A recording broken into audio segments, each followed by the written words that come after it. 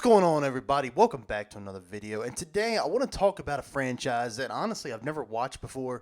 I've seen scenes of it. I've seen a couple films throughout my life, but I've never really sat down and really watched this franchise. And this franchise is the Saw franchise. Now, I haven't really, again, I didn't really know much about it going into it. Matter of fact, I'm going to tell you about how much I knew. On a base level, I knew these movies had a ton of gore and crazy traps. That's all I knew. As you guys are not new to the channel, you know that I am a gore nut. I love good gore. When it's done appropriately, I think it's very effective. A lot of my horror content, a lot of my content in general, when it comes to gaming or movies, TV shows, I like a good bit of gore when it makes sense for the story and the world that's being told. For example, like The Walking Dead. I know a lot of people don't like The Walking Dead anymore, but one of the staples of that franchise is the gory nature of it, with the walkers and obviously, they're shooting weapons of sorts. They're using machetes and knives and things like that. And even if the gore sometimes doesn't make a whole lot of sense, like I remember I think it was like season 10 of The Walking Dead. I don't know. I don't want to go down this rabbit hole. Daryl gets stabbed in the leg and you got blood shooting up everywhere. Obviously, an artery just got nicked, and if that happened, you would probably die within a few minutes. And he didn't, but I digress. I like gore, especially when it makes sense for the world. I honestly, I wasn't really excited to get into this franchise because I knew of how gory it was told to me that it was, and I was like, man, I just don't know, man. Do these movies have a story? Like, I didn't know really anything about this movie series, so got into it, watched all of them, figured I would make a video about it. I was going to do a review for each movie, but I just don't have the time for it. Instead, I just want to do a full-on review of the series and give you my thoughts on it. So with that being said, if you like things like this, like content like this, consider leaving a like on the video, subbing to the channel. Really would appreciate it. With that being said, let's get into the Saw franchise. Now, I think this goes without saying. I'm going to give you my favorite one out the entire series right here, and that is Saw X. And this came out in 2023. So it just came out just last year as of recording this video. Out of all the films in this franchise, because I still wouldn't say I love any of the movies here. This one I like the most. This is a very, very good movie. I loved how they explained the backstory of your main villain, John Kramer, aka Jigsaw. I love the events that transpired. I love what it sets up. I love that this is a story in between stories. So I really like this one, but we'll get into that in a minute. So what are my basic thoughts of the franchise? Well, I had fun. I had fun with this franchise, man. And don't get me wrong, there are absolute stinkers in this series, just like most horror franchises. I think the only one that's been consistent throughout the years is like Scream. I'm sure there's other ones out there. I guess you could maybe say the Psycho series with Norman Bates. All of those are good. There might be one weaker than the other, but pretty much all of those are good. You could say that with Halloween.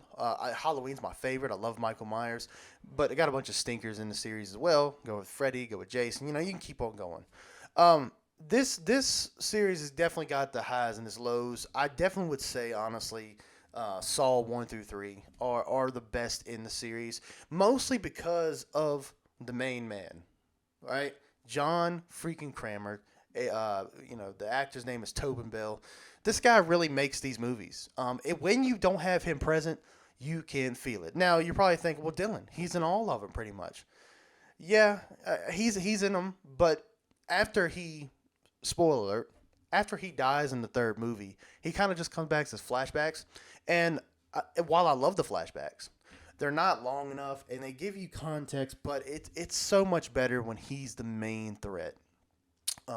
Or he's related to the main threat. You know what I mean? And that's kind of what I think those three movies did a really good job, especially one, Saw X, and Saw 2. I think they just did a really good job of establishing John Kramer as this guy. Did you see this guy? He's kind of like a feeble old man, especially in Saw X and Saw 2.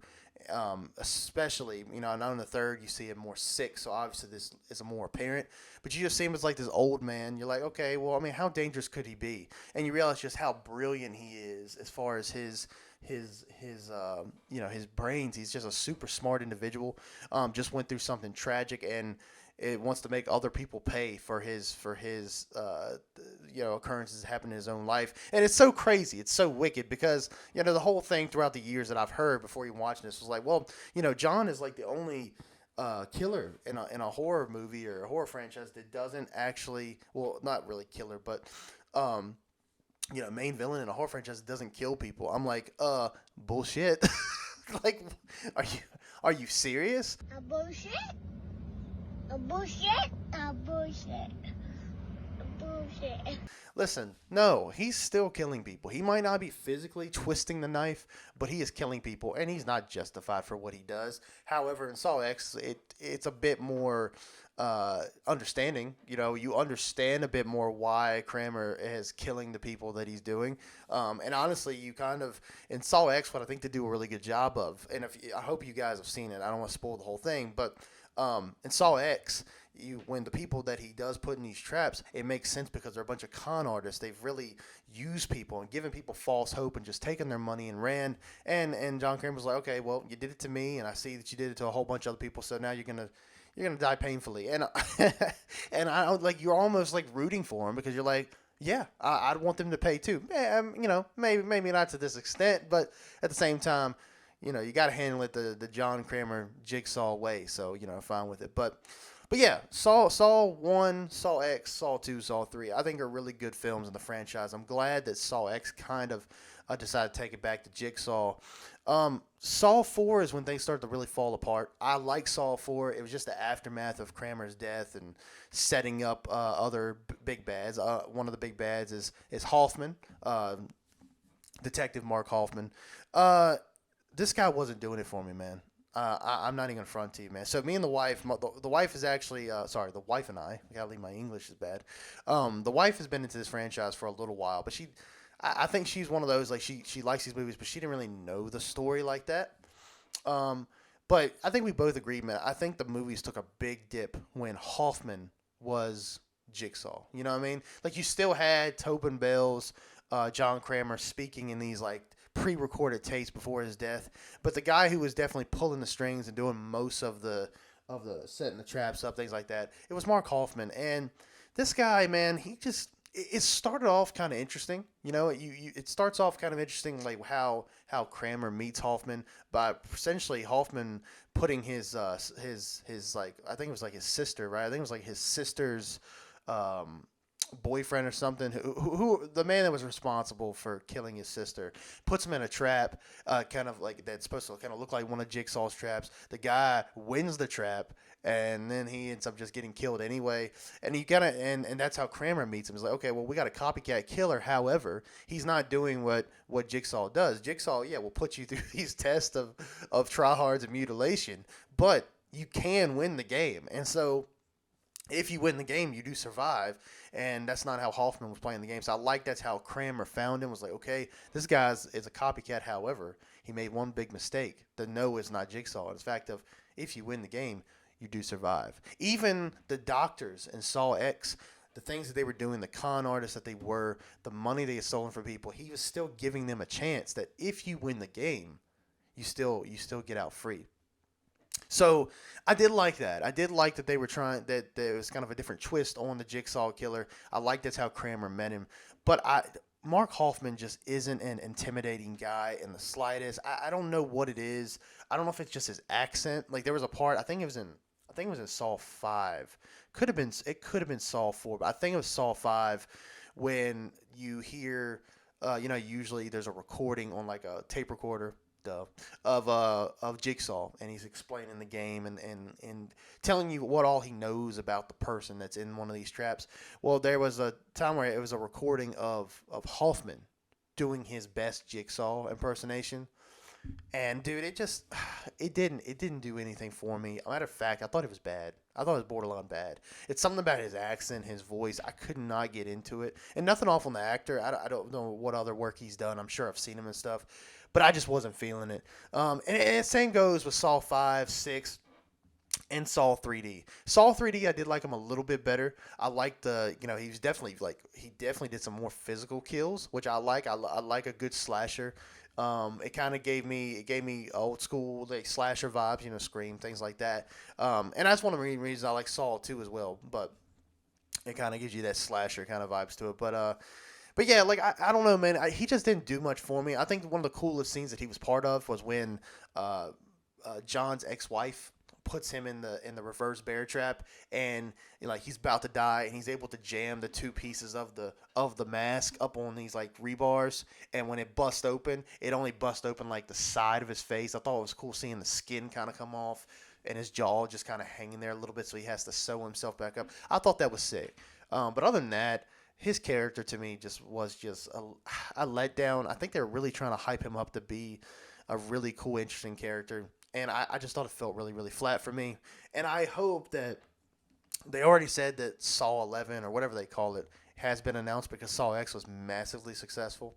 I hope that despite the teaser they showed at the end of Saw X, where you see Hoffman with Kramer, where they're hanging up the guy who gave John the information to go find these doctors to cure his cancer, I really hope we don't have too much more of him. However, if they can figure out a way to do it to make him more likable than the other movies that came out, you know, after John's death, maybe it'll make it even better. And I'm open to that because I think especially if it's written the same way Saw X was, I'm sure it'll be something at least worth thinking about a little bit more because I don't think Hoffman's like a terrible character. I just could not get into his version or him taking the reins of Jigsaw after Jigsaw's death. So I think it has some good twists and turns. I like the apprentice thing. There's a lot of people that supported Jigsaw through the years.